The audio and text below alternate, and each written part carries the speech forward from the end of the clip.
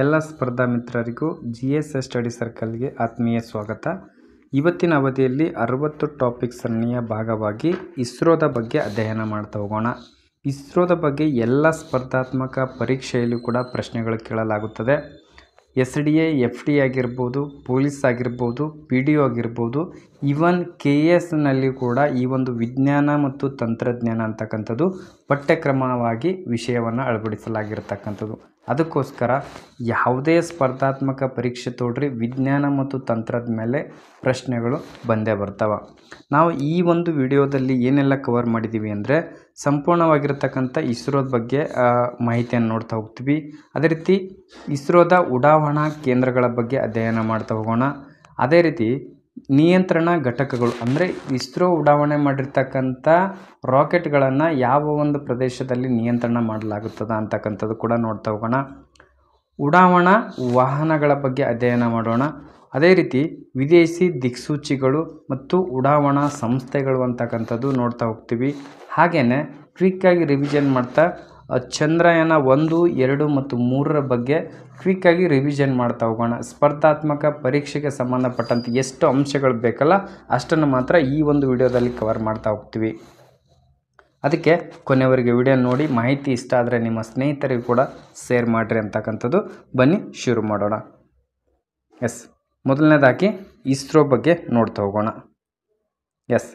ಇಸ್ರೋ ಅಂದರೆ ಇದರ full form ಕೇಳ್ತಾರೆ ಒಂದೊಂದು ಸ್ಪರ್ಧಾತ್ಮಕ ಪರೀಕ್ಷೆಯಲ್ಲಿ. ಇಸ್ರೋದ ಒಂದು ಪೂರ್ಣ ರೂಪವೇನು ಅಂತೇಳಿ ಕೇಳ್ತಾ ಹೋಗ್ತಾರೆ. ಅದಕ್ಕೆ ಇಂಡಿಯನ್ ಸ್ಪೇಸ್ ರಿಸರ್ಚ್ ಆರ್ಗನೈಜೇಷನ್ ಅಂತೇಳಿ ಕರೆಯಲಾಗ್ತದೆ. ಇಸ್ರೋ ಅಂದರೆ ಇಂಡಿಯನ್ ಸ್ಪೇಸ್ ರಿಸರ್ಚ್ ಆರ್ಗನೈಜೇಷನ್ ಅಂತೇಳಿ ಹೇಳಬೇಕಾಗತ್ತೆ. ಇದು ಇಸ್ರೋ ಸ್ಥಾಪನೆಯಾಗಿದ್ದು ಯಾವಾಗ? ಇಸ್ವಿ ಕೇಳ್ತಾರೆ. ಇಸ್ರೋ ಸ್ಥಾಪನೆ ಯಾವಾಗ ಆಯಿತು ಅಂದರೆ 1969 ಆಗಸ್ಟ್ 15ರಂದು. 1969 ಆಗಸ್ಟ್ 15ರಂದು ಭಾರತದಲ್ಲಿ ಇಸ್ರೋ ಅಂತಕ್ಕಂಥ ಒಂದು ಸಂಸ್ಥೆ ಸ್ಥಾಪನೆ ಆಗ್ತದೆ. ಇದರ ಕೇಂದ್ರ ಕಚೇರಿ ಎಲ್ಲಿದೆ ಅಂದರೆ, ಇಸ್ರೋದ ಪ್ರಧಾನ ಕೇಂದ್ರ ಕಚೇರಿ ಎಲ್ಲಿದೆ ಅಂತ ಕೇಳ್ತಾರೆ. ಅದು ಬೆಂಗಳೂರಿನಲ್ಲಿರ್ತಕ್ಕಂಥದ್ದು. ಇಸ್ರೋದ ಮೊದಲ ಚೇರ್ಮನ್ ಯಾರು ಅಂತಕ್ಕಂಥ ಪ್ರಶ್ನೆ ಬರುತ್ತೆ. ಇಸ್ರೋದ ಮೊದಲ ಚೇರ್ಮನ್ ಆಗಿರ್ಬೋದು, ಸಂಸ್ಥಾಪಕ ಚೇರ್ಮನ್ ಕೂಡ ಇವರೇ ಆಗಿರ್ತಾರೆ. ಈ ಒಂದು ಡಾಕ್ಟರ್ ವಿಕ್ರಮ್ ಸಾರಾಭಾಯಿ ಅಂತಕ್ಕಂಥವ್ರು ಮೊದಲ ಇಸ್ರೋದ ಚೇರ್ಮನ್ ಆಗಿ ಕಾರ್ಯನಿರ್ವಹಿಸಿದ್ರು. ಇವರಿಗೆ ಇನ್ನೊಂದು ಹೆಸರಿನಿಂದ ಕೂಡ ಗುರುತಿಸಲಾಗ್ತದೆ. ಭಾರತೀಯ ಬಾಹ್ಯಾಕಾಶದ ಪಿತಾಮಹ ಅಂತೇಳಿ ಕರೆಯಲಾಗ್ತದೆ. ಭಾರತೀಯ ಬಾಹ್ಯಾಕಾಶದ ಪಿತಾಮಹ ಅಂತೇಳಿ ಯಾರನ್ನ ಕರೆಯಲಾಗ್ತದೆ ಅಂದರೆ ಡಾಕ್ಟರ್ ವಿಕ್ರಮ್ ಸಾರಾಭಾಯಿ ಅವರನ್ನು ಅಂತಕ್ಕಂಥದ್ದು ಕೂಡ ನೀವು ಗಮನಿಸಬಹುದು. ಮುಂದೆ ನೋಡೋಣ. ದೀರ್ಘಾವಧಿಯ ಇಸ್ರೋ ಅಧ್ಯಕ್ಷರಾಗಿ ಕಾರ್ಯನಿರ್ವಹಿಸಿದವರು ಯಾರಂತೇಳಿ ಪ್ರಶ್ನೆ ಇದೆ. ಇಸ್ರೋದ ಅತಿ ಹೆಚ್ಚಿನ ಅವಧಿಗೆ ಇಸ್ರೋದ ಅಧ್ಯಕ್ಷರಾಗಿ ಕಾರ್ಯನಿರ್ವಹಿಸಿದವರು ಯಾರಂದರೆ ಸತೀಶ್ ಧವನ್ ಅಂತಕ್ಕಂಥವ್ರು. ಸತೀಶ್ ಧವನ್ ಅಂತಕ್ಕಂಥವ್ರು ಅತಿ ಹೆಚ್ಚು ಅವಧಿಗೆ ಇಸ್ರೋದ ಅಧ್ಯಕ್ಷರಾಗಿ ಕಾರ್ಯನಿರ್ವಹಿಸಿರ್ತಕ್ಕಂಥವರು.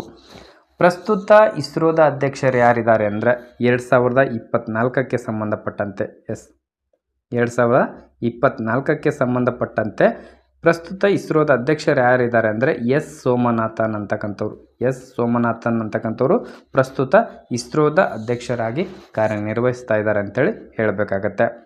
ರಾಕೆಟ್ ಮ್ಯಾನ್ ಆಫ್ ಇಂಡಿಯಾ ಎಂದು ಯಾರನ್ನು ಕರೆಯಲಾಗುತ್ತದೆ?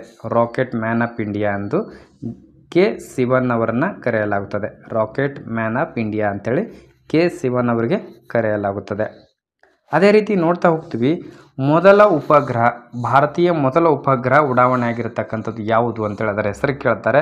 ಮೊದಲ ಉಪಗ್ರಹ ಯಾವುದು ಅಂದರೆ ಅದು ಆರ್ಯಭಟ ಅಂತಕ್ಕಂಥದ್ದು. ನೋಡ್ತಾ ಇದ್ದೀವಿ. ಆರ್ಯಭಟ ಅಂತಕ್ಕಂಥದ್ದು 1975 ಏಪ್ರಿಲ್ 19ರಂದು ಕಪುಸ್ತೀನಿಯರ್ ಅಂತಕ್ಕಂಥ ಒಂದು ಪ್ರದೇಶದಿಂದ ಇದು ಎಲ್ಲಿದೆ ಅಂದರೆ ರಷ್ಯಾ ದೇಶದಿಂದ ಉಡಾವಣೆ ಮಾಡಿರ್ತಕ್ಕಂಥ ಮೊದಲ ಉಪಗ್ರಹ ಯಾವುದು ಅಂದರೆ ಅದು ಆರ್ಯಭಟ ಉಪಗ್ರಹ ಅಂತಕ್ಕಂಥದ್ದು. ಇಸ್ವಿ ಕೇಳಿದ್ರೆ 1975 ಏಪ್ರಿಲ್ 19ರಂದು ರಷ್ಯಾದಿಂದ ಉಡಾವಣೆ ಆಗಿರ್ತಕ್ಕಂಥದ್ದು ಆರ್ಯಭಟ ಉಪಗ್ರಹ ಅಂತಕ್ಕಂಥದ್ದು ನಾವು ನೋಡ್ತಾ ಇದ್ದೀವಿ. ಅದೇ ರೀತಿ ಇಸ್ರೋದ ಅಂಗಸಂಸ್ಥೆಗಳಂತ ನೋಡ್ತೀವಿ. ಇಸ್ರೋದ ಪಾಲುದಾರಿಕೆ ಹೊಂದಿರತಕ್ಕಂಥ ಸಂಸ್ಥೆಗಳು ಅಂತರಿಕ್ಸ್ ಅಂತೇಳಿ ನೋಡ್ತಾ ಇದ್ದೀವಿ. ಇನ್ನೊಂದು ನ್ಯೂ ಸ್ಪೇಸ್ ಇಂಡಿಯಾ ಲಿಮಿಟೆಡ್ ಅಂತಕ್ಕಂಥದ್ದು. ಈ ಎರಡೂ ಕೂಡ ಇಸ್ರೋದ ಒಂದು ಅಂಗಸಂಸ್ಥೆಗಳಂತೇಳಿ ಗುರುತಿಸಲಾಗುತ್ತದೆ. ಎಸ್, ನೆಕ್ಸ್ಟ್ ನೋಡ್ತಾ ಇದ್ದೀವಿ ಇಸ್ರೋದ ಪ್ರಮುಖ ಉಡಾವಣಾ ಕೇಂದ್ರಗಳು ಅಂತಕ್ಕಂಥದ್ದು. ಎಸ್, ಎಲ್ಲೆಲ್ಲಿದ್ದಾವೆ ಉಡಾವಣಾ ಕೇಂದ್ರಗಳು ಕೂಡ, ಇವುಗಳು ಕೂಡ ಇಂಪಾರ್ಟೆಂಟ್ ಆಗಿರ್ತವೆ. ಭಾರತೀಯ ಬಾಹ್ಯಾಕಾಶ ಸಂಸ್ಥೆ ಇದೆಯಲ್ಲ ಇಸ್ರೋ, ಇದು ಒಂದೊಂದು ಸ್ಥಳದಿಂದ ಒಂದೊಂದು ರಾಕೆಟ್ಗಳನ್ನು ಉಡಾವಣೆ ಮಾಡ್ತಕ್ಕಂಥದ್ದು. ಮೊದಲನೇದಾಗಿ ಡಾಕ್ಟರ್ ವಿಕ್ರಮ್ ಸಾರಾಭಾಯಿ ಬಾಹ್ಯಾಕಾಶ ಕೇಂದ್ರ, ಇದು ಎಲ್ಲಿದೆ ಅಂತೇಳಿ ಪ್ರಶ್ನೆ ಕೇಳ್ತಾರೆ. ಇದು ತುಂಬಾ ಎಲ್ಲಿ ಬರ್ತದೆ ಅಂದರೆ ತಿರುವನಂತಪುರಂ, ಕೇರಳದಲ್ಲಿರ್ತಕ್ಕಂಥ ಒಂದು ತುಂಬಾ ಪ್ರದೇಶದಿಂದ ಒಂದು ಉಡಾವಣೆ ಮಾಡ್ತಕ್ಕಂಥದ್ದು. ಇದು ಸ್ಥಾಪಿಸಲ್ಪಟ್ಟಿರ್ತಕ್ಕಂಥದ್ದು 1963ರಲ್ಲಿ. ಡಾಕ್ಟರ್ ವಿಕ್ರಮ್ ಸಾರಾಭಾಯಿ ಬಾಹ್ಯಾಕಾಶ ಕೇಂದ್ರ ಸ್ಥಾಪಿಸಲ್ಪಟ್ಟಿದ್ದು 1963. ಇದು ಕೇರಳದ ತಿರುವನಂತಪುರದ ತುಂಬಾ ಅಂತಕ್ಕಂಥ ಒಂದು ಪ್ರದೇಶದಲ್ಲಿದೆ ಅಂತೇಳಿ ನಾವು ಹೇಳಬೇಕಾಗತ್ತೆ. ಅದೇ ರೀತಿ ನೋಡ್ತಾ ಹೋಗ್ತೀವಿ ಡಾಕ್ಟರ್ ಸತೀಶ್ ಧವನ್ ಬಾಹ್ಯಾಕಾಶ ಕೇಂದ್ರ, ಇದು ಎಲ್ಲಿದೆ ಅಂತ ಕೇಳ್ತಾರೆ ಪ್ರಶ್ನೆ. ಇದು ಶ್ರೀಹರಿಕೋಟ ಆಂಧ್ರ ಪ್ರದೇಶದ ನೆಲ್ಲೂರು ಜಿಲ್ಲೆಯ ಪುಲಿಕಾಡ್ ಸರೋವರದಲ್ಲಿದೆ. ಇದು ಎಲ್ಲಿದೆ ಅಂದರೆ ಡಾಕ್ಟರ್ ಸತೀಶ್ ಧವನ್ ಬಾಹ್ಯಾಕಾಶ ಕೇಂದ್ರ ಎಲ್ಲಿದೆ ಅಂದರೆ ಪುಲಿಕಾಡ್ ಸರೋವರದಲ್ಲಿ ಇದೆ ಅಂತೇಳಿ. ಒಂದೊಂದ್ಸಲ ಆ ಪರ್ಟಿಕ್ಯುಲರ್ ಆಗಿರ್ತಕ್ಕಂಥ ಸ್ಥಳನೂ ಕೂಡ ಪ್ರಶ್ನೆ ಆಗಿ ಕೇಳ್ತಕ್ಕಂಥದ್ದು ಇರುತ್ತೆ. ಶ್ರೀಹರಿಕೋಟ ಆಂಧ್ರ ಪ್ರದೇಶದ ನೆಲ್ಲೂರು ಜಿಲ್ಲೆಯ ಪುಲಿಕಾಡ್ ಸರೋವರದಲ್ಲಿ ಈ ಒಂದು ಡಾಕ್ಟರ್ ಸತೀಶ್ ಧವನ್ ಬಾಹ್ಯಾಕಾಶ ಕೇಂದ್ರ ಇದೆ ಅಂತೇಳಿ ನಾವು ಗುರುತಿಸಬೇಕಾಗುತ್ತೆ. ಇದು ಎರಡನೇದಾಗಿ. ಇನ್ನು ಮೂರನೇದು ಡಾಕ್ಟರ್ APJ ಅಬ್ದುಲ್ ಕಲಾಂ ಕ್ಷಿಪಣಿ ಪರೀಕ್ಷಾ ಕೇಂದ್ರ, ಇದು ಕೂಡ ಎಲ್ಲಿದೆ ಅಂತ ಕೇಳಿದ್ರೆ ವಿಲ್ಲರ್ ದ್ವೀಪ ಒರಿಸ್ಸಾ ರಾಜ್ಯದಲ್ಲಿ ಕಂಡುಬರುತ್ತೆ ಅಂತಕ್ಕಂಥದ್ದು ನಾವು ಗುರುತಿಸಬೇಕಾಗುತ್ತೆ. ಡಾಕ್ಟರ್ APJ ಅಬ್ದುಲ್ ಕಲಾಂ ಕ್ಷಿಪಣಿ ಪರೀಕ್ಷಾ ಕೇಂದ್ರ, ವಿಲ್ಲರ್ ದ್ವೀಪ, ಒರಿಸ್ಸಾ ರಾಜ್ಯ ಅಂತಕ್ಕಂಥದ್ದು. ಅದೇ ರೀತಿ ನೋಡ್ತೀವಿ UR ರಾವ್ ಉಪಗ್ರಹ ಕೇಂದ್ರ ಅಂತಕ್ಕಂಥದ್ದು. UR ರಾವ್ ಉಪಗ್ರಹ ಕೇಂದ್ರ, ಇದು ಬೆಂಗಳೂರಿನಲ್ಲಿ ಕಂಡು ಬರ್ತಕ್ಕಂಥದ್ದು. ಪ್ರಮುಖವಾಗಿ 4 ಉಪಗ್ರಹ ಉಡಾವಣಾ ಕೇಂದ್ರಗಳನ್ನು ನೋಡ್ತಾ ಇದ್ದೀವಿ ಭಾರತದಲ್ಲಿ. ಒಂದು ಡಾಕ್ಟರ್ ವಿಕ್ರಮ್ ಸಾರಾಭಾಯಿ ಬಾಹ್ಯಾಕಾಶ ಕೇಂದ್ರ ತುಂಬಾ, ಡಾಕ್ಟರ್ ಸತೀಶ್ ಧವನ್ ಬಾಹ್ಯಾಕಾಶ ಕೇಂದ್ರ ಶ್ರೀಹರಿಕೋಟ ಆಂಧ್ರ ಪ್ರದೇಶ, ಡಾಕ್ಟರ್ APJ ಅಬ್ದುಲ್ ಕಲಾಂ ಕ್ಷಿಪಣಿ ಪರೀಕ್ಷಾ ಕೇಂದ್ರ ವಿಲ್ಲರ್ ದ್ವೀಪ ಒರಿಸ್ಸಾ ರಾಜ್ಯ, ಇನ್ನೊಂದು UR ರಾವ್ ಉಪಗ್ರಹ ಕೇಂದ್ರ ಬೆಂಗಳೂರು ಅಂತಕ್ಕಂಥದ್ದು. ಇವು ಮಸ್ಟ್ ಆಗಿ ಪರೀಕ್ಷೆಯಲ್ಲಿ ಕೇಳ್ತಕ್ಕಂಥದ್ದು, ಅದಕ್ಕೋಸ್ಕರ ನೆನಪಿನಾಗಿ ಇಟ್ಕೋಬೇಕು. ಮುಂದೆ ನೋಡ್ತಾ ಹೋಗೋಣ. ಎಸ್, ನಿಯಂತ್ರಣ ಸೌಲಭ್ಯಗಳು ಅಂತಕ್ಕಂಥದ್ದು. ಇಸ್ರೋ ಉಡಾವಣೆ ಮಾಡಿರ್ತಕ್ಕಂಥ ರಾಕೆಟ್ಗಳನ್ನು ಯಾವ ಎಲ್ಲ ಪ್ರದೇಶಗಳಿಂದ ನಿಯಂತ್ರಣಕ್ಕೆ ಒಳಪಡುತ್ತದೆ ಅಂತಕ್ಕಂಥದ್ದು ಕೂಡ ನೋಡಬೇಕಾಗ್ತದೆ. MCF ಅಂತ ಕರಿತೀವಿ, ಮಾಸ್ಟರ್ ಕಂಟ್ರೋಲ್ ಫೆಸಿಲಿಟಿ ಅಂಥೇಳಿ ಇದನ್ನು ಗುರುತಿಸಲಾಗುತ್ತೆ. ಮಾಸ್ಟರ್ ಕಂಟ್ರೋಲ್ ಫೆಸಿಲಿಟಿ ಅಂತಕ್ಕಂಥದ್ದು ಒಂದು ಕರ್ನಾಟಕದಲ್ಲಿ ಹಾಸನದಲ್ಲಿದೆ.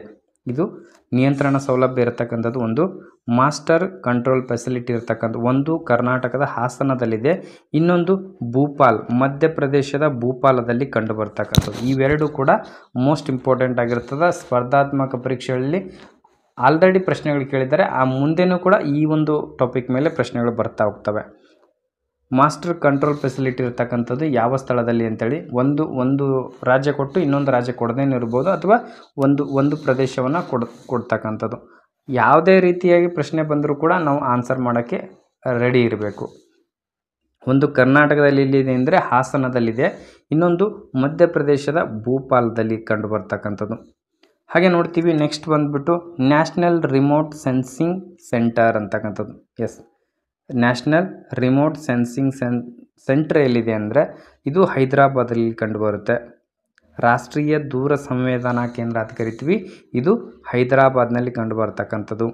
ಹಾಗೆ ಬಾಹ್ಯಾಕಾಶ ಪರಿಸ್ಥಿತಿ ಜಾಗೃತಿ ನಿಯಂತ್ರಣ ಕೇಂದ್ರ ಇರತಕ್ಕಂಥದ್ದು, ಇದು ಪಿಣ್ಯದಲ್ಲಿ, ಎಸ್, ಬೆಂಗಳೂರಿನ ಪಿಣ್ಯದಲ್ಲಿ ಇರತಕ್ಕಂಥದ್ದು ಬಾಹ್ಯಾಕಾಶ ಪರಿಸ್ಥಿತಿ ಜಾಗೃತಿ ನಿಯಂತ್ರಣ ಕೇಂದ್ರ ಅಂತೇಳಿ ಕರೆಯಲಾಗುತ್ತದೆ. ಇನ್ನು Indian Institute of Remote Sensing ಅಂತಕ್ಕಂಥದ್ದು, ಇದು ಡೆಹ್ರಾಡೂನ್ನಲ್ಲಿ ಕಂಡುಬರುತ್ತೆ. ಉತ್ತರಾಖಂಡ ರಾಜ್ಯದ ಡೆಹ್ರಾಡೂನ್ನಲ್ಲಿ Indian Institute of Remote Sensing ಅಂತಕ್ಕಂಥದ್ದು. ಇವು ಪ್ರಮುಖವಾಗಿ ನಿಯಂತ್ರಣ ಘಟಕಗಳಂತೇಳಿ ನಾವು ಗುರುತಿಸಲಾಗುತ್ತೆ. ಹಾಗೆ ನೋಡ್ತಾ ಹೋಗೋಣ ಇಸ್ರೋ ಉಡಾವಣಾ ವಾಹನಗಳು ಅಂತಕ್ಕಂಥದ್ದು. ಎಸ್, ಇಸ್ರೋ ಉಡಾವಣೆ ಮಾಡ್ತಕ್ಕಂಥ ವಾಹನಗಳ ಬಗ್ಗೆನೂ ಕೂಡ ಇಂಪಾರ್ಟೆಂಟ್ ಆಗಿರ್ತದೆ. ಮೊದಲನೇದಾಗಿ SLV ಅಂತಕ್ಕಂಥದ್ದು. SLV ಅಂತಕ್ಕಂಥದ್ದು ಸ್ಯಾಟಲೈಟ್ ಲಾಂಚಿಂಗ್ ವೆಹಿಕಲ್ ಅಂತೇಳಿ ಕರೆಯಲಾಗುತ್ತದೆ. SLV ಅಂದರೆ ಸ್ಯಾಟಲೈಟ್ ಲಾಂಚಿಂಗ್ ವೆಹಿಕಲ್ ಅಂತೇಳಿ. ಇಲ್ಲಿ ಪ್ರಮುಖವಾಗಿ ಇವುಗಳಂದರೆ ಸಂಪೂರ್ಣ ರೂಪ ಅಂತೇಳಿ ಅಂದರೆ ವಿಸ್ತೃತ ರೂಪದಲ್ಲಿ ಪ್ರಶ್ನೆಗಳು ಕೇಳ್ತಕ್ಕಂಥ ಹೆಚ್ಚಾಗಿರ್ತದೆ. SLV ಅಂದರೆ ಸ್ಯಾಟಲೈಟ್ ಲಾಂಚಿಂಗ್ ವೆಹಿಕಲ್ ಅಂತೇಳಿ ಕರೆಯಲಾಗ್ತದೆ. ಇನ್ನು ಅದೇ ರೀತಿ ASLV ಅಂತ ಕರಿತೀವಿ. ASLV ಅಂದರೆ ಆಗ್ಯುಮೆಂಟೆಡ್ ಸ್ಯಾಟಲೈಟ್ ಲಾಂಚಿಂಗ್ ವೆಹಿಕಲ್ ಅಂತ ಕರಿತೀವಿ.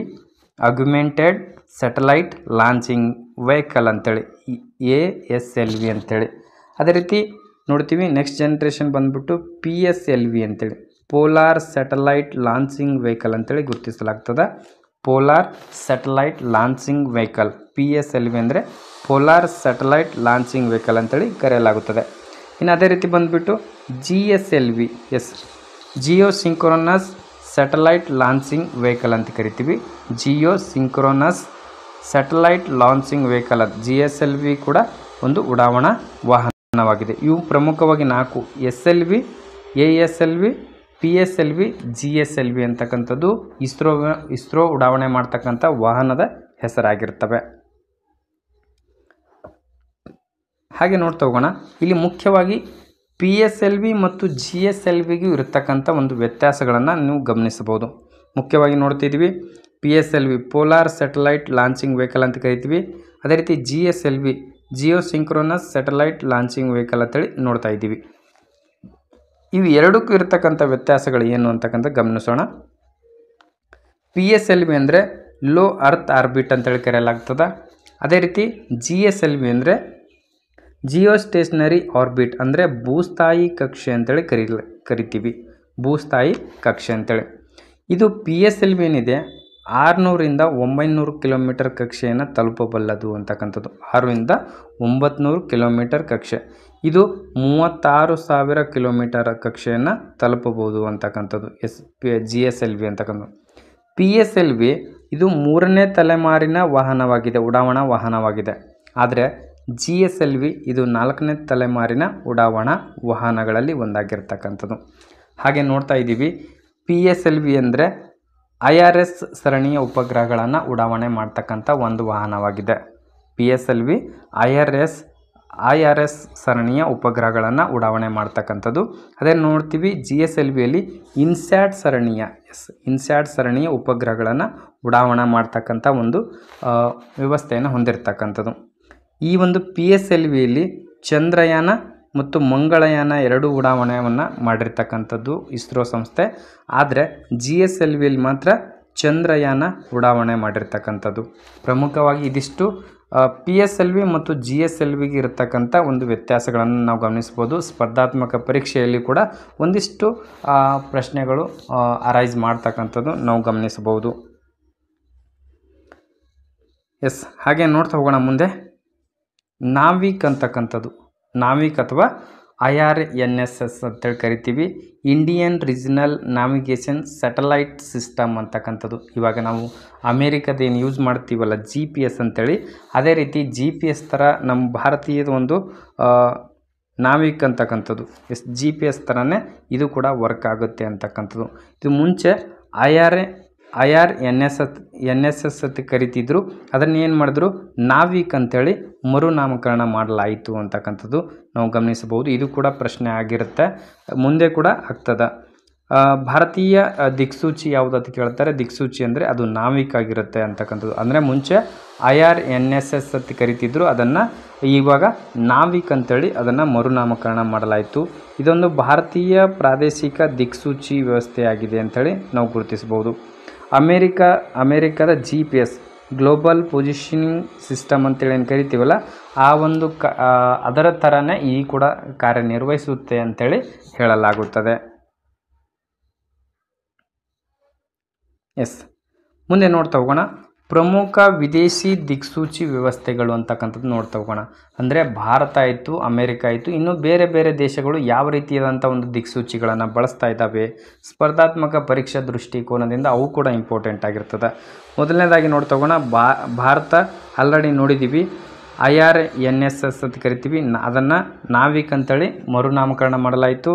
ಇನ್ನು ಅಮೇರಿಕ GPS, ಅದೇ ರೀತಿ ರಷ್ಯಾ ನೋಡ್ತೀವಿ ಗ್ಲೋನೋನಸ್ ಅಂತೇಳಿ ಅದು ಕೂಡ ಒಂದು GPS ಆಗಿ ಕಾರ್ಯನಿರ್ವಹಿಸ್ತಾ ಇದೆ. ಯುರೋಪಿಯನ್ ಯೂನಿಯನ್ದವರು, ಯುರೋಪಿಯನ್ ಯೂನಿಯನ್ದವರು ಇದನ್ನು ಗೆಲೆಲಿಯೋ ಅಂತಕ್ಕಂಥದ್ದನ್ನು ಬಳಕೆ ಮಾಡ್ತಾರೆ. ದಿಕ್ಸೂಚಿಯ ಒಂದು ಸ್ವರೂಪವಾಗಿ ಏನು ಬಳಸ್ತಾರೆ, ಗೆಲೆಲಿಯೋ ಅಂತಕ್ಕಂಥದ್ದು. ಇನ್ನು ಜಪಾನ್ದವರು ಕ್ವಾಸ್ ಅಥವಾ ಜೆನಿತ್ ಅಂತೇಳಿ 2 ಪ್ರಕಾರದ ಒಂದು GPS-ಗಳನ್ನು ಬಳಕೆ ಮಾಡ್ತಕ್ಕಂಥದ್ದು. QZSS ಅಂತ ಕ್ವಾಸಿ ಅಂತಕ್ಕಂಥದ್ದು ಇದನ್ನು ಜಪಾನ್ ದೇಶದವರು ಬಳಕೆ ಮಾಡ್ತಾರೆ. ಇನ್ನು ಚೀನಾದವರು ಬೈಡೋ ಅಂತಕ್ಕಂಥದ್ದು, ಬೈಡೋ ಅಂತಕ್ಕಂಥ ಒಂದು GPS-ಅನ್ನು ಬಳಕೆ ಮಾಡ್ತಕ್ಕಂಥದ್ದು. ಆದರೆ ಮುಖ್ಯವಾಗಿ ಸ್ಪರ್ಧಾತ್ಮಕ ಪರೀಕ್ಷೆಯಲ್ಲಿ IRNSS ಬಗ್ಗೆನೇ ಕೇಳ್ತಾರೆ. ಅದನ್ನು ಪ್ರಸ್ತುತದಲ್ಲಿ ಏನು ಮಾಡಿದ್ದಾರೆ, ನಾವಿಕ್ ಅಂತೇಳಿ ಮರುನಾಮಕರಣ ಮಾಡಿರ್ತಕ್ಕಂಥದ್ದು. ನೀವು ಇದು ಕೂಡ ಗಮನದಲ್ಲಿ ಇಟ್ಕೋಬೇಕು. ಮುಂದೆ ನೋಡ್ತಾ ಹೋಗೋಣ. ಪ್ರಮುಖ ವಾಹನಗಳ ಅನ್ವರ್ಥ ನಾಮ ಅಂತೇಳಿ ಸ್ಪರ್ಧಾತ್ಮಕ ಪರೀಕ್ಷೆಯಲ್ಲಿ ನಾವು ಏನು ಇಸ್ರೋವನ್ನು ಉಡಾವಣೆ ಮಾಡಿರ್ತ ಚಂದ್ರಯಾನ, ಮಂಗಳಯಾನ, ಈಗ GSAT ಒಂದು ಸರಣಿ ಉಪಗ್ರಹಗಳನ್ನು ಉಡಾವಣೆ ಮಾಡಿರ್ತದೆ. ಅಂಥ ಸಂದರ್ಭದಲ್ಲಿ ಅವುಗಳೊಂದೊಂದು ಹೆಸರಿನಿಂದ ಗುರುತಿಸಲಾಗಿರುತ್ತೆ, ಅನ್ವರ್ಥ ನಾಮದಿಂದ. ಅವುಗಳನ್ನು ನಾವು ನೆನಪಿನಾಗ ಇಟ್ಕೋಬೇಕಾಗುತ್ತೆ. ಆ ಒಂದು ಟಾಪಿಕ್ ಮೇಲೇ ಪ್ರಶ್ನೆಗಳು ಕೇಳ್ತಾ ಹೋಗ್ತಾರೆ. ಇನ್ನು PSLVಗೆ ಏನಂತ ಕರಿತಾ ಇದ್ರು, PSLVಗೆ ವರ್ಕ್ ಹಾರ್ಸ್ ಅಂತೇಳಿ ಕರೆಯಲಾಗ್ತಾಯಿತ್ತು. PSLV ಒಂದು ವಾಹನಕ್ಕೆ ಏನು ಕರಿತಿದ್ರು, ವರ್ಕ್ ಹಾರ್ಸ್ ಅಂತೇಳಿ ಕರೆಯಲಾಗ್ತಿತ್ತು. ಇನ್ನು GSLVಗೆ ನಾಟಿ ಬಾಯ್ ಅಂತೇಳಿ ಕರೆಯಲಾಗುತ್ತದೆ, ನಾಟಿ ಬಾಯ್ ಅಂತೇಳಿ ಒಂದು ಕರೆಯಲಾಗುತ್ತದೆ. ಇನ್ನು GSLV Mark 3 ಅಂತಕ್ಕಂಥದ್ದು ಇದು ಚಂದ್ರಯಾನ 3ರಲ್ಲಿ ಉಡಾವಣೆ ಮಾಡಿರ್ತಕ್ಕಂಥದ್ದು. ಇದಕ್ಕೆ ಬಾಹುಬಲಿ ಅಂತೇಳಿ ಕೂಡ ಚಂದ್ರಯಾನ 2ರಲ್ಲಿ ಉಡಾವಣೆ ಮಾಡಿರ್ತಕ್ಕಂಥದ್ದು. ಇದಕ್ಕೆ ಬಾಹುಬಲಿ ಅಂತಲೂ ಕೂಡ ಕರೆಯಲಾಗ್ತದೆ. GSLV Mark 3 ಅಂತಕ್ಕಂಥದ್ದು ಚಂದ್ರಯಾನ 2ರಲ್ಲಿ ಉಡಾವಣೆ ಮಾಡಿರ್ತಕ್ಕಂಥದ್ದು. ಇದರ ಒಂದು ಹೆಸರು ಬಾಹುಬಲಿ ಅಂತೇಳಿ ಕರೆಯಲಾಗ್ತಾ ಇತ್ತು. ಇನ್ನು MiG-21 ಅಂತಕ್ಕಂಥದ್ದು, MiG-21 ಹಾರಾಡುವ ಶವಪೆಟ್ಟಿಗೆ ಅಂತೇಳಿ ಕರೆಯಲಾಗುತ್ತದೆ. MiG-21 ಒಂದು ಅನ್ವರ್ಥ ನಾಮ ಏನಿದೆ ವಾಹನದಂದರೆ ಅದರದ್ದು ಹಾರಾಡುವ ಶವಪೆಟ್ಟಿಗೆ ಅಂತೇಳಿ ಕರೆಯಲಾಗುತ್ತದೆ. ಇನ್ನು GSAT 7 ಸರಣಿದು ಆಂಗ್ರಿ ಬರ್ಡ್ ಅಂತೇಳಿ ಗುರುತಿಸಲಾಗುತ್ತದೆ. GSAT 7ಗೆ ಏನಂತ ಹೆಸರಿದೆ ಅಂದರೆ ಆಂಗ್ರಿ ಬರ್ಡ್ ಅಂತಕ್ಕಂಥದ್ದು.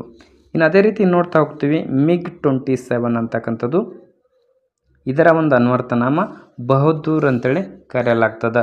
ಪ್ರಮುಖ ವಾಹನಗಳ ಅನ್ವರ್ಥ ನಾಮಗಳು ಅಂತಕ್ಕಂಥದ್ದು ಒಂದು ಕಡೆ ಪಟ್ಟಿ ಕೊಟ್ಬಿಟ್ಟು ಈ ಕಡೆ MiG-27 ಮತ್ತು ಈ ಕಡೆ ವರ್ಕ್ ಹಾರ್ಸ್ ಅಂತೇಳಿ ಕೊಡ್ತಾರೆ. ಅಂದರೆ ಅದಲು ಬದಲು ಮಾಡಿ ಹೊಂದಿಸಿ ಬರೆಯೋ ರೂಪದಲ್ಲಿ ಪ್ರಶ್ನೆಗಳು ಕೇಳ್ತಾ ಹೋಗ್ತಾರೆ. ಅದಕ್ಕೋಸ್ಕರ ಎಲ್ಲವೂ ಕೂಡ ನಿಮ್ಗೆ ಟೈಮ್ ಇದ್ದರೆ ಒಂದು ನೋಟ್ಸ್ ಥರ ಮಾಡ್ಕೊಳ್ಳಿ. ಯಾಕಂದರೆ ಎಕ್ಸಾಮ್ ಸಮೀಪ ಬಂದಾಕರೆ ಕ್ವಿಕ್ಕಾಗಿ ರಿವಿಷನ್ ಮಾಡ್ಕೊಳ್ಳೋಕ್ಕೆ ಅನುಕೂಲ ಆಗ್ತದೆ ಅಂತಕ್ಕಂಥದ್ದು. ನೆಕ್ಸ್ಟ್ ನೋಡ್ತಾ ಹೋಗೋಣ. ಪ್ರಮುಖ ಉಡಾವಣಾ ಸಂಸ್ಥೆಗಳು. ನೋಡ್ತಾ ಇದ್ವಿ ಭಾರತೀಯ ಬಾಹ್ಯಾಕಾಶ ಸಂಶೋಧನಾ ಸಂಸ್ಥೆ ಆಗಿರ್ತಕ್ಕಂಥ ಇಸ್ರೋವನ್ನು ಹಿಡ್ಕೊಂಡು ಇನ್ನು ಬೇರೆ ಬೇರೆ ದೇಶದ ಕೂಡ ಸ್ವಲ್ಪ ನೋಡ್ಕೊತ ಹೋಗೋಣ. ಯಾಕಂದರೆ ಆಗಲೇ ಹೇಳಿದ ಹಾಗೆ ಹೊಂದಿಸಿ ಬರೆಯೋ ರೂಪದಲ್ಲಿ ಬಾಹ್ಯಾಕಾಶ ಸಂಶೋಧನೆಗಳ ಬಗ್ಗೆ ಹಲವಾರು ಸ್ಪರ್ಧಾತ್ಮಕ ಪರೀಕ್ಷೆಯಲ್ಲಿ ಪ್ರಶ್ನೆ ಕೇಳ್ತಾ ಹೋಗಿದ್ದಾರೆ. ಇವಾಗಲೂ ಕೂಡ ಪ್ರಶ್ನೆಗಳು ಆಗ್ತಾ ಹೋಗ್ತವೆ. ಮುಂದೆ ಬರ್ತಕ್ಕಂಥ ಸ್ಪರ್ಧಾತ್ಮಕ ಪರೀಕ್ಷೆಗೆ ಯೂಸ್ಫುಲ್ ಆಗ್ತದೆ. ಬನ್ನಿ ನೋಡೋಣ. ಭಾರತದ ಆಲ್ರೆಡಿ ನೋಡಿದ್ದೀವಿ. ಭಾರತದ್ದು ಇಸ್ರೋ ಅಂತಕ್ಕಂಥದ್ದು ಇಂಡಿಯನ್ ಸ್ಪೇಸ್ ರಿಸರ್ಚ್ ಆರ್ಗನೈಸೇಷನ್ ಅಂತ ಕರಿತಾ ಇದ್ದೀವಿ. ಇದು ಕೇಂದ್ರ ಕಚೇರಿ ಬೆಂಗಳೂರಿನಲ್ಲಿದೆ. 1969 ಆಗಸ್ಟ್ 15ರಂದು ಸ್ಥಾಪನೆ ಆಗಿರ್ತಕ್ಕಂಥ ಇಸ್ರೋ ಸಂಸ್ಥೆ. ಅದೇ ರೀತಿ ಅಮೇರಿಕದು ನಾಸಾ ಅಂತ ಕರಿತೀವಿ. ಅಮೇರಿಕದು NASA, National Aeronautics Space Administration ಅಂತ ಕರಿತೀವಿ. ಇದರದ್ದು ವಾಷಿಂಗ್ಟನ್ DC ಇದರ ಕೇಂದ್ರ ಕಚೇರಿ ಇದೆ. ಇದು ಸ್ಥಾಪನೆ ಆಗಿದ್ದು 1958ರಲ್ಲಿ ಅಂತಕ್ಕಂಥದ್ದು. ಚೀನಾದ ನೋಡ್ತಾ ಹೋಗ್ತೀವಿ. CNSA ಅಂತ ಕರೆಯಲಾಗ್ತದೆ. ಚೀನಾ ನ್ಯಾಷನಲ್ ಸ್ಪೇಸ್ ಅಡ್ಮಿನಿಸ್ಟ್ರೇಷನ್ ಅಂತಕ್ಕಂಥದ್ದು ಇದು ಕೇಂದ್ರ ಕಚೇರಿ ಬೀಜಿಂಗ್ನಲ್ಲಿದೆ. ಸ್ಥಾಪನೆ ಆಗಿದ್ದು 1993ರಲ್ಲಿ ಅಂತಕ್ಕಂಥದ್ದು ಇದು ಸ್ಥಾಪಿಸಲ್ಪಟ್ಟಿದ್ದು. ಇನ್ನು ರಷ್ಯಾ ರೋಸ್ಕೋಮೋಸ್ ಅಂತೇಳಿ ಕರಿತೀವಿ. ಇದರ ಒಂದು ಉಡಾವಣಾ ಸಂಸ್ಥೆಯ ಹೆಸರಾಗಿರ್ತದೆ ರೋಸ್ಕೋಸ್ಮೋಸ್ ಅಂತೇಳಿ. ಇದು ಮಾಸ್ಕೋದಲ್ಲಿದೆ ಇದರ ಕೇಂದ್ರ ಕಚೇರಿ. ಇದು ಸ್ಥಾಪನೆ ಆಗಿದ್ದು 1992ರಲ್ಲಿ ಅಂತಕ್ಕಂಥದ್ದು ಗಮನಿಸಬೇಕು. ಇನ್ನು ಯುರೋಪಿಯನ್ ಒಕ್ಕೂಟ ಅಂತ ಕರಿತೀವಿ. ಯುರೋಪಿಯನ್ ಒಕ್ಕೂಟ ಯುರೋಪಿಯನ್ ಸ್ಪೇಸ್ ಏಜೆನ್ಸಿ ಇದರ ಒಂದು ಉಡಾವಣಾ ಸಂಸ್ಥೆ ಆಗಿರ್ತದೆ. ಯುರೋಪಿಯನ್ ಒಕ್ಕೂಟದ್ದು ಇದು ಪ್ಯಾರಿಸ್ನಲ್ಲಿ ಇದರ ಕೇಂದ್ರ ಕಚೇರಿಯನ್ನು ಹೊಂದಿರತಕ್ಕಂಥದ್ದು. 1975ರಲ್ಲಿ ಈ ಒಂದು ಸ್ಥಾಪನೆ ಮಾಡಲಾಗಿದೆ. ಈ ಸಂಸ್ಥೆ ಸ್ಥಾಪನೆ ಆಗಿರತಕ್ಕಂಥದ್ದು ಯುರೋಪಿಯನ್ ಸ್ಪೇಸ್ ಏಜೆನ್ಸಿ 1975ರಲ್ಲಿ ಅಂತಕ್ಕಂಥದ್ದು. ಇನ್ನು ಜಪಾನ್ ಅಂತಕ್ಕಂಥದ್ದು, ಎಸ್ ಜಪಾನ್ ನೋಡ್ತಾ ಇದ್ದೀವಿ, ಜಾಕ್ಸಾ ಅಂತ ಕರಿತೀವಿ. ಜಾಕ್ಸಾ ಜಪಾನ್ ಏರೋಸ್ಪೇಸ್ ಎಕ್ಸ್ಪ್ಲೋರೇಷನ್ ಏಜೆನ್ಸಿ ಅಂತೇಳಿ ಗುರುತಿಸಲಾಗುತ್ತೆ. ಇದು ಟೋಕಿಯೋದಲ್ಲಿದೆ, ಜಪಾನ್ದು ಟೋಕಿಯೋದಲ್ಲಿ. ಇದು 2003ರಲ್ಲಿ ಸ್ಥಾಪಿಸಲ್ಪಟ್ಟಿರತಕ್ಕಂಥ ಒಂದು ಉಡಾವಣಾ ಸಂಸ್ಥೆಯಾಗಿದೆ. ಇನ್ನು ನೋಡ್ತಾ ಇದ್ದೀವಿ ಕೆನಡಾ ದೇಶ, ಕೆನಡಿಯನ್ ಸ್ಪೇಸ್ ಏಜೆನ್ಸಿ ಅಂತ ಕರಿತೀವಿ. ಇದು ಕೇಂದ್ರ ಕಚೇರಿ ಕೆನಡಾದಲ್ಲಿದೆ. 1989ರಲ್ಲಿ ಈ ಒಂದು ಉಡಾವಣಾ ಸಂಸ್ಥೆ ಸ್ಥಾಪನೆ ಆಗಿರತಕ್ಕಂಥದ್ದು.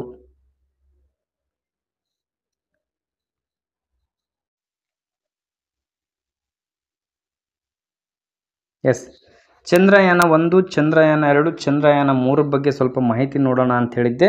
ಆಲ್ರೆಡಿ ನೋಡ್ತಾ ಹೋಗೋಣ. ಮೊದಲನೇದಾಗಿ ನೋಡೋಣ ಚಂದ್ರಯಾನ 1 ಅಂತಕ್ಕಂಥದ್ದು. ಎಸ್ ಚಂದ್ರಯಾನ 1 ಅಂತಕ್ಕಂಥದ್ದು ಇದು ಉಡಾವಣೆ ಮಾಡಿರ್ತಕ್ಕಂಥದ್ದು 2008 ಅಕ್ಟೋಬರ್ 22ರಂದು. 2008 ಅಕ್ಟೋಬರ್ 22ರಂದು ಉಡಾವಣೆ ಮಾಡಿರ್ತಕ್ಕಂಥದ್ದು.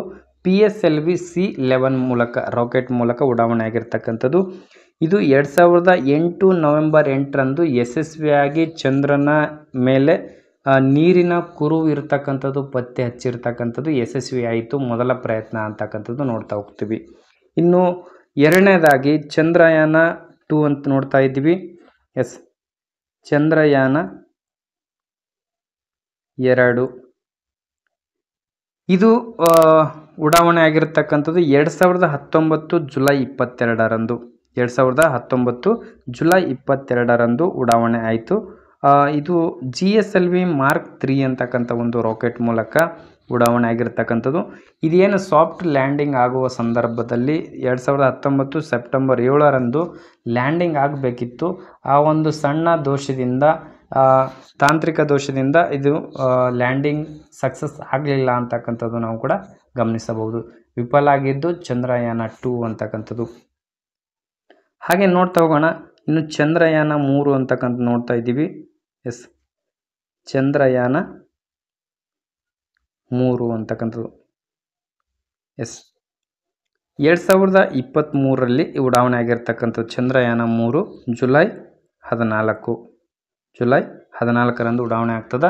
ಆಂಧ್ರ ಪ್ರದೇಶದ ಹರಿಕೋಟಾ ಸತೀಶ್ ಧವನ್ ಬಾಹ್ಯಾಕಾಶ ಕೇಂದ್ರದಿಂದ ಉಡಾವಣೆ ಆಗಿರ್ತಕ್ಕಂಥದ್ದು. ರಾಕೆಟ್ ಯಾವುದಂದರೆ SLV ರಾಕೆಟ್ LVM-3 ಮತ್ತು M4 ಅಂತಕ್ಕಂಥ ಒಂದು ರಾಕೆಟ್ ಮೂಲಕ ಉಡಾವಣೆ ಮಾಡಿರ್ತಕ್ಕಂಥದ್ದು. ಯಶಸ್ವಿಯಾದ ದಿನ ಯಾವತ್ತು ಅಂತೇಳಿ ಕೇಳ್ತಾರೆ. 2023 ಆಗಸ್ಟ್ 23ರಂದು ಚಂದ್ರಯಾನ 3 ಅಂತಕ್ಕಂಥದ್ದು ಯಶಸ್ವಿಯಾಗಿ ಲ್ಯಾಂಡಿಂಗ್ ಆಗ್ತದೆ. ಇದರಲ್ಲಿ ಲ್ಯಾಂಡರ್ ಹೆಸರು ಕೇಳ್ತಾರೆ, ವಿಕ್ರಮ್ ಲ್ಯಾಂಡರ್ ಅಂತಕ್ಕಂಥದ್ದು. ರೋವರ್ ಯಾವುದಿದೆ ಅಂದರೆ ಪ್ರಜ್ಞಾನ ಅಂತಕ್ಕಂಥ ಒಂದು ರೋವರನ್ನು ಆಗಿತ್ತು. ಲ್ಯಾಂಡಿಂಗ್ ಯಾವ ಪ್ರದೇಶದಲ್ಲಿ ಆಯಿತು? ಚಂದ್ರನ ಯಾವ ಒಂದು ಪ್ರದೇಶ ಅಂದರೆ ಚಂದ್ರನ ದಕ್ಷಿಣ ಧ್ರುವದಲ್ಲಿ ಲ್ಯಾಂಡಿಂಗ್ ಆಗಿರತಕ್ಕಂಥದ್ದು. ಯಶಸ್ವಿಯಾಗಿ ಲ್ಯಾಂಡಿಂಗ್ ಆಯಿತು. ಮೂರನೇ ಬಾರಿ ಯಶಸ್ವಿ ಆಯಿತು ಅಂತ. ಎರಡನೇದು ವಿಫಲ ಆಯಿತು, ಮೂರನೇದು ಯಶಸ್ವಿ ಲ್ಯಾಂಡಿಂಗ್ ಆಯಿತು ಅಂತಕ್ಕಂಥದ್ದು ಹೆಮ್ಮೆ ಪಡ್ತಕ್ಕಂಥ ವಿಚಾರವಾಗಿದೆ. ಚಂದ್ರನ ಯಶಸ್ವಿ ದೇಶಗಳು, ಚಂದ್ರನ ಮೇಲೆ ದಕ್ಷಿಣ ಧ್ರುವದಲ್ಲಿ ಯಶಸ್ವಿಯಾದ ದೇಶಗಳು ಯಾವುವಂದರೆ, ಒಂದು ಅಮೇರಿಕಾ, ಅಮೇರಿಕಾ, ಎರಡನೇದು ರಷ್ಯಾ, ಮೂರನೇದು ಚೀನಾ, ನಾಲ್ಕನೇ ದೇಶವಾಗಿ ಭಾರತ ದೇಶ ಅಂತಕ್ಕಂಥದ್ದು.